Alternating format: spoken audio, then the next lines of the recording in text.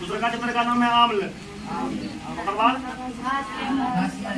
आम्ल, ओकर बाद भस्म, आम्ल भस्म एवं लवण। चलो पहले आम्ल के बारे में सब कुछ जानो। देखो आम्ल है ना, आम्ल उसको कहते हैं कि मतलब जो जल में घुलकर H+ आयन देता है। आम्ल का मतलब हुआ कि वह पदार्थ जो जल में घुलकर क्या देता है, H+ आयन। जो जल में घुलकर H+ आयन देता है उसको अम्ल कहते हैं। जैसे हाइड्रोक्लोरिक अम्ल, हाइड्रोक्लोरिक अम्ल का सूत्र है HCl। HCl का मतलब हाइड्रोक्लोरिक अम्ल। H2SO4 सल्फ्यूरिक अम्ल, HNO3 नाइट्रिक अम्ल। ओकर बाद हो जाता है SCOOH फॉर्मिक अम्ल। ओकर बाद CH3COOH एसिटिक अम्ल। ये कौन सा अम्ल, एसिटिक अम्ल। ओकर बाद अम्ल का पूछा जाएगा गुण। अम्ल का गुण में क्या करना है, 3-4 को गुण याद रखना है। पहला गुण ये है, अम्ल को घुलाएंगे जल में H+ आयन बनेगा H+ आयन। अम्ल का स्वाद खट्टा, अम्ल का स्वाद, अम्ल का pH मान 7 से कम, अम्ल का pH मान 7 से कम। ओकर बाद अम्ल नीलाइटमस को क्या करता है, लाल, नीला को करता है लाल। ओकर बाद अम्ल मिथाइल ऑरेंज को कर देता है लाल, कैसा करता है, लाल करता है। ओकर बाद अम्ल बताए थे 2 प्रकार के, एगो प्रबल अम्ल, एगो दुर्बल अम्ल। प्रबल अम्ल उसको कहते हैं कि जो जल में पूर्ण रूप से घुल जाता है उसको प्रबल अम्ल कहते हैं। जैसे हाइड्रोक्लोरिक अम्ल हो गया, सल्फ्यूरिक अम्ल हो गया, ओकर बाद नाइट्रिक अम्ल हो गया। ओकर बाद दुर्बल अम्ल उसको कहते हैं कि जो अम्ल जल में आंशिक रूप से घुलता है उसको दुर्बल अम्ल कहते हैं। जैसे हो जाएगा क्या कहते हैं, कार्बोनिक अम्ल हो गया, फॉर्मिक अम्ल हो गया, एसिटिक अम्ल हो गया। ये सब जो है दुर्बल अम्ल हो गया। उस पर बताए थे अम्ल का उपयोग। अम्ल का कुछ घरेलू उपयोग होता है, ओकर बाद अम्ल का कुछ क्या कहते हैं, औद्योगिक उपयोग होता है। अम्ल के घरेलू उपयोग में इसका उपयोग क्या करते हैं, जेवर जो होता है मतलब गहना, उसको साफ सफाई करने में, बाथरूम की सफाई करने में किया जाता है। उसके बाद कपड़ा पर जो दाग धब्बा लग जाता है उसको हटाने में किया जाता है। उसके बाद लिखाए थे अम्ल का क्या करते हैं, व्यापारिक उद्योग में या औद्योगिक उपयोग में अम्ल का उपयोग किया जाता है। खाद बनाने में किया जाता है, विस्फोटक पदार्थ बनाने में किया जाता है, और क्या क्या लिखाए थे, रंग बनाने में किया जाता है, मिट्टी बनाने में अम्ल का प्रयोग किया जाता है। कितना अम्ल हो गया था। अम्ल के बाद बताए थे भस्म के बारे में या भस्म के बारे में या क्षारक के बारे में। भस्म उसको कहते हैं कि जो जल में घुलकर क्या देता है, OH- आयन, यानी कि वह पदार्थ जो जल में घुलकर OH- आयन देता है उसको भस्म कहते हैं। जैसे भस्म हो गया क्या कहते हैं, potassium hydroxide KOH, sodium hydroxide NaOH, calcium oxide CaO, calcium hydroxide CaOH का हॉल। ये सब जो है भस्म का उदाहरण हुआ। ओकर बाद पूछा जाएगा क्षारक या भस्म के गुण।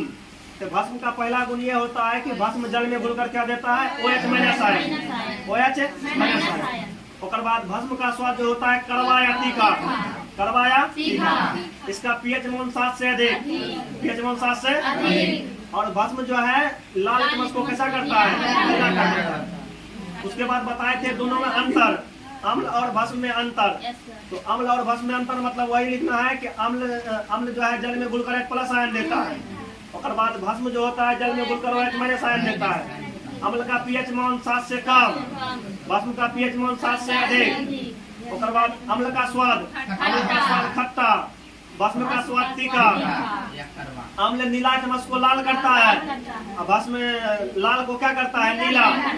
और बाद अम्ल जो है मिथाइल ऑरेंज को कर देता है लाल, मिथाइल ऑरेंज को लाल। अब भस्म क्या करता है, मिथाइल ऑरेंज को पीला, मिथाइल ऑरेंज को पीला। अब इसमें भी लिखाए थे कि क्या कहते हैं, भस्म 2 प्रकार के होता है, एगो प्रबल अम्ल, एगो प्रबल भस्म। एगो प्रबल भस्म होता है, एगो दुर्बल भस्म होता है। प्रबल भस्म का मतलब हुआ कि वह भस्म जो जल में पूर्ण रूप से घुल जाता है उसको प्रबल भस्म कहते हैं, उसको प्रबल भस्म कहते हैं। जिसे होगा क्या कहते हैं, सोडियम हाइड्रोक्साइड, पोटासियम हाइड्रोक्साइड, ये सब जो है प्रबल भस्म हुआ। ये सब जल में पूर्ण रूप से घुल जाता है। और बाद दुर्बल भस्म उसको कहते हैं कि जो जल में आंशिक रूप से घुलता है उसको कहते हैं दुर्बल भस्म। उसको क्या कहते हैं, जैसे होगा अमोनियम हाइड्रोक्साइड हो गया, और बाद कैल्शियम हाइड्रोक्साइड हो गया, ये सब जो है दुर्बल भस्म आ जाता है। उसके बाद लिखाए थे भस्म के घरेलू उपयोग, भस्म के घरेलू उपयोग, और बाद भस्म के औद्योगिक उपयोग। तो भस्म के घरेलू उपयोग में क्या क्या है, नंबर 1 में पढ़ो, क्या लिखा है, देखो इसका उपयोग कहता है मकान की पुताई करने में, मकान की देखो दीपावली के टाइम में जलाते हैं, मार्केट से चूना खरीद के, चूना का सूत्र CaO, इसमें जब गर्म पानी मिलाते हैं तो बनता है CaOH का हॉल 2, CaOH का हॉल 2। इसी का उपयोग किया जाता है मकान की पुताई करने में। मकान की पुताई करने में CaOH यानी कि कैल्शियम हाइड्रोक्साइड, इसी को चूर्ण जल कहते हैं। इसी के विलयन का प्रयोग मकान की पुताई करने में किया जाता है। और सुखला के बाद ही बनाता है CaCO3, मतलब संगमरमर बनाता है, यानी कि CaCO3 बनाता है, तब जाकर के क्या होता है, पेंट होता है, चमकता है। तो इसका उपयोग करता है मकान की पुताई करने में। और बाद 2 नंबर में क्या है, इसका उपयोग कीटाणुओं को मारने में, कीटाणुओं को मारने में किया जाता है। 3 नंबर में क्या है, दूगा है। तो पहला उपयोग इसका मकान की पुताई करने में, उसके बाद कीटाणुओं को नष्ट करने में। ये होगा इसका घरेलू उपयोग। अब देखो इसका औद्योगिक उपयोग में क्या क्या है। सबसे पहले इसका उपयोग क्या है, इसका उपयोग कांच बनाने में, मतलब कांच उद्योग में किया जाता है। कांच के बाद साबुन, साबुन बनाने में, साबुन के बाद ब्लीचिंग पाउडर, ब्लीचिंग पाउडर के बाद दवा बनाने में। इस सब में किसका प्रयोग किया जाता है, दवा के बाद पेंट बनाने में। जो पेंट होता है, जो पेंटिंग करते हैं, पेंट बनाने में भी क्या कहते हैं, भस्म का प्रयोग किया जाता है। यहाँ तक हो गया था। एक बाद कौन सी वाला क्वेश्चन था। अब देखो इसा तो ये क्या, परवल अम्ल, परवल अम्ल मतलब परवल अम्ल, दुर्बल अम्ल, परवल भस्म, दुर्बल भस्म में हो गया था। एक बार बताए थे पीएच के बारे में, पीएच स्केल। देखो पीएच स्केल क्या होता है, उदासीनीकरण अभिक्रिया होता है। देखो उदासीनीकरण का मतलब क्या हुआ कि अम्ल और क्षार, अम्ल और क्षार जब आपस में रिएक्शन करता है, अभिक्रिया करता है, तो लवण और जल बनाता है। इसी को कहते हैं उदासीनीकरण अभिक्रिया। अम्ल और क्षार अभिक्रिया कराएगा तो लवण और क्या बनाएगा, जल बनाएगा। इस अभिक्रिया का नाम है उदासीनीकरण अभिक्रिया। तो बाद बताए थे पीएच स्केल के बारे में। देखो किसी विलयन की, मतलब किसी विलयन की अम्लीयता या क्षारीयता की जांच करने के लिए एक स्केल बनाया गया, इसको पीएच स्केल कहते हैं। पीएच स्केल का खोज सोरेनसन नामक वैज्ञानिक ने किया था। ठीक, सोरेनसन नामक वैज्ञानिक ने पीएच स्केल का खोज किया था। और पीएच स्केल में कौन सा तक निकल जाता है, 0 से 14 तक, 0 से 14 बीच में रहता है 7। इसमें क्या रहता है, उदासीन विलयन का पीएच मान 7, शुद्ध जल का पीएच मान 7, अम्लीय विलयन का पीएच मान 7 से कम, या अम्ल का पीएच मान 7 से कम, क्षारीय विलयन का पीएच मान या क्षार का पीएच मान 7 से अधिक। और बाद पूछेगा हाइड्रोक्लोरिक अम्ल का पीएच मान 1, हाइड्रोक्लोरिक अम्ल का पीएच मान 1। और बाद पूछा जाएगा नींबू रस, नींबू रस का पीएच मान 2.5, सिरका का पीएच मान 3, सिरका का पीएच मान 3। और बाद पूछा जाएगा मोना पसीना का पीएच मान 4. और बाद क्या है, मोना मूत्र का पीएच मान। और बाद क्या होगा, सुनो पहले, मोना मुख का पीएच मान होगा, मोना मुख का पीएच मान 5.5। देखो मोना मुख का पीएच मान 5.5 होता है। सुनो पहले, और जब मोना मुख का पीएच मान 5.5 से कम हो जाता है तो अम्ल की मात्रा बढ़ जाता है, जिसके कारण संसारित होने लगता है और दांत का क्षय होने लगता है। इसी को कहते हैं दंत क्षय। इसी को क्या कहते हैं, दंत क्षय को ठीक करने के लिए जो दंतमंजन का प्रयोग किया जाता है या जो टूथपेस्ट का प्रयोग किया जाता है वो क्षारीय होता है। वो कैसा होता है, क्वेश्चन पूछेगा दंतमंजन होता है तो क्षारीय, दंतमंजन होता है क्षारीय। और बाद अम्लीय वर्षा का पीएच मान 5.6। जब वर्षा जल का पीएच मान 5.6 से कम हो जाता है तो उसको अम्लीय वर्षा कहते हैं। और अम्लीय वर्षा होने के कारण जो मतलब जीव होता है, जीव के स्किन संबंधी यानी कि त्वचा संबंधी बीमारी होता है। ठीक, त्वचा संबंधी उसको बीमारी हो जाता है। और बाद क्या लिखाए थे, मोना मूत्र का पीएच मान 6, दूध का पीएच मान 2.5 दूध का पीएच मान।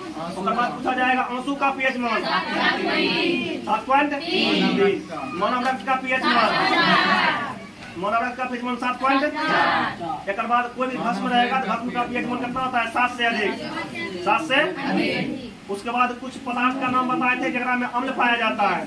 जैसे पहला पूछा जाएगा नींबू या नारंगी में साइट्रिक अम्ल, नींबू या नारंगी में, चींटी के डंक या बिच्छू के डंक में फॉर्मिक अम्ल, सिरका में एसिटिक अम्ल, सेब में मैलिक अम्ल, टमाटर में ऑक्जेलिक अम्ल, इमली में लैक्टिक अम्ल, खट्टे दूध या दही में लैक्टिक अम्ल, प्रोटीन में पाया जाता है अमीनो अम्ल, प्रोटीन में कौन सा अम्ल, अमीनो अम्ल, सेब में मैलिक अम्ल, सेब में, टमाटर में ऑक्जेलिक अम्ल। और बाद पूछा जाएगा मोनम अमाशय में हाइड्रोक्लोरिक अम्ल, मोनम अमाशय में। और बाद नींबू या नारंगी में साइट्रिक अम्ल, नींबू या नारंगी में साइट्रिक अम्ल। और बाद देखो इतना तक हो गया था। और बाद बताए थे, कल बताए थे क्या कहते हैं plaster of Paris. Plaster of Paris किस प्रकार बनाया जाता है, इसके उपयोग। उसके बाद लिखाए थे क्या कहते हैं ब्लीचिंग पाउडर या व्यंजक चूर्ण किस प्रकार बनाया जाता है, इसके उपयोग। देखो प्लास्टर ऑफ पेरिस जो होता है जिप्सम से बनाया जाता है। जिप्सम का फॉर्मूला होता है CaSO4 2H2O। जब जिप्सम को 120 डिग्री सेल्सियस पर गर्म करते हैं तब जाकर के बनता है प्लास्टर ऑफ पेरिस। इसी को शॉर्ट में कहते हैं POP। शॉर्ट में क्या कहते हैं? इसका उपयोग किया जाता है सबसे पहले डॉक्टर के द्वारा पट्टी बांधने में। हाथ पर जब टूटता है तो पट्टी जो बनता है उसमें प्लास्टर ऑफ पेरिस का प्रयोग। इसका उपयोग मूर्ति बनाने में, इसका उपयोग खिलौना बनाने में, इसका उपयोग सतह को चिकना करने में। उसके बाद क्या कहते हैं लिखा है व्यंजक चूर्ण या ब्लीचिंग पाउडर किस प्रकार बनाया जाता है, इसके उपयोग। जब शुष्क बुझा हुआ चूना, यानी कि शुष्क बुझा हुआ चूना का मतलब क्या हुआ, CaOH का हॉल 2।